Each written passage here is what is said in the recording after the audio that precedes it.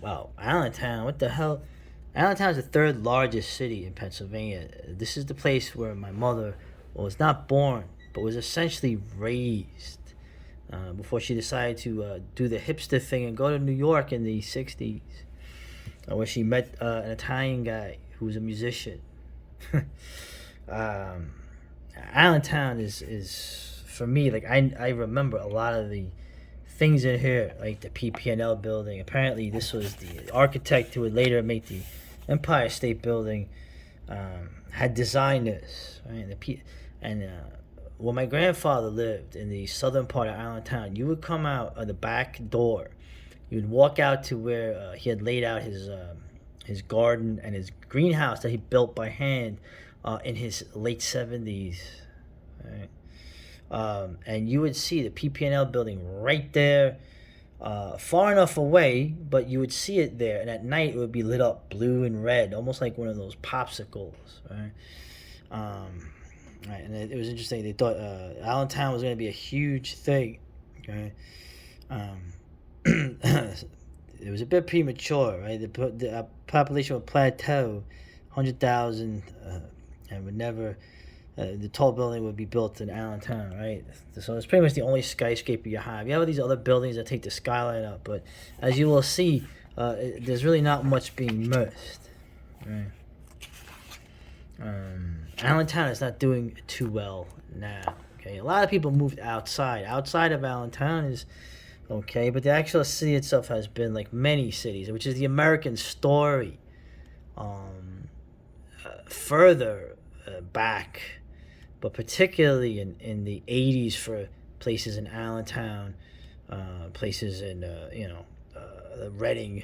These places sort of were transformed from that time period when I was a teenager into uh, something much different. So now, one thing Allentown has, you have some of these crazy buildings. You have the park here, right?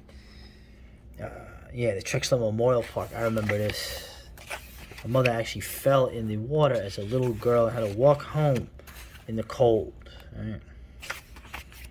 Of course, Dorney Park, right? I remember when Dorney Park didn't have the Water Kingdom.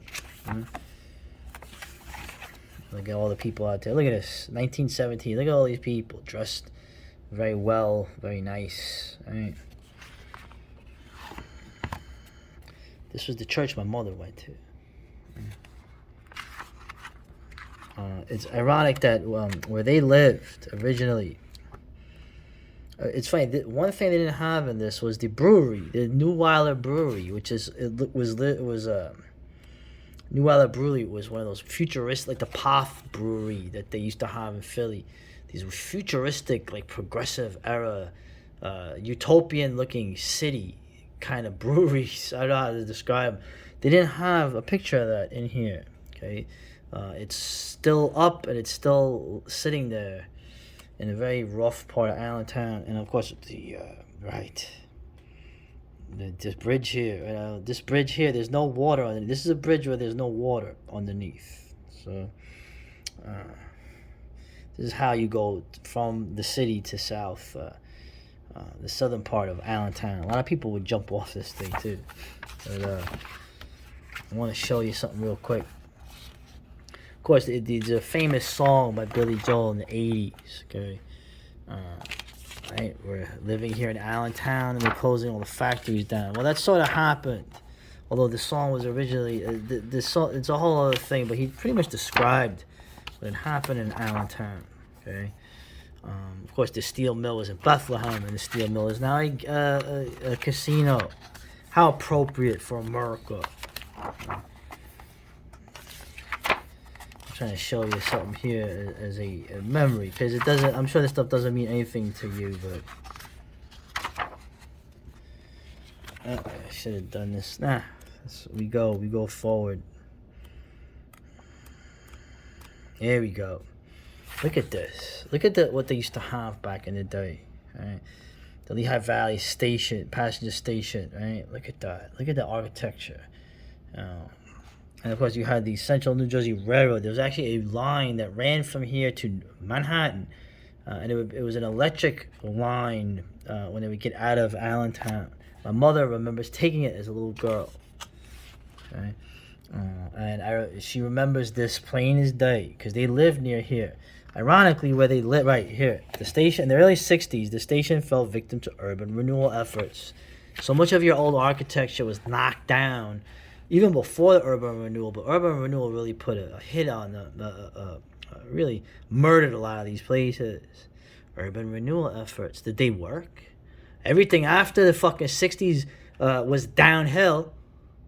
Was it really renewal? Was it misguided? Or was it done on purpose? Well, my mother and her immigrant family, the street they lived on was condemned around this time.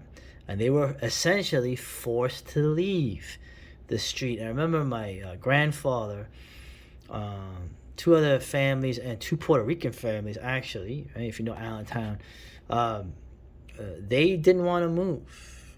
And they were forced to move. So welcome to America. All right. And so the station is gone. There's like a warehouse around here. There's still the other station, I believe, is up. But my mother remembers this clear as day. My mother used to be able to walk the streets there with no problem. She used to go to the bar there and get the New Weiler beer in a jug, right? But before there was growlers, as hipsters call them, you could get a jug of beer, right? And my mother would give them the money. They would give her the beer. She would walk home with no problems. Amazing. It was all a facade, wasn't it? Or what, could it have been continued? Well, that's what it always is about. And look, the Sailors Monument, right? The one in Lancaster City is actually made out of stone, and a little smaller version of this. But man, I remember this thing. There's freaking drug addicts everywhere around here. Right? Just like the rest of Pennsylvania, a lot of New Yorkers ended up here. Okay? Never a good thing. Okay, never a good thing. Anyway.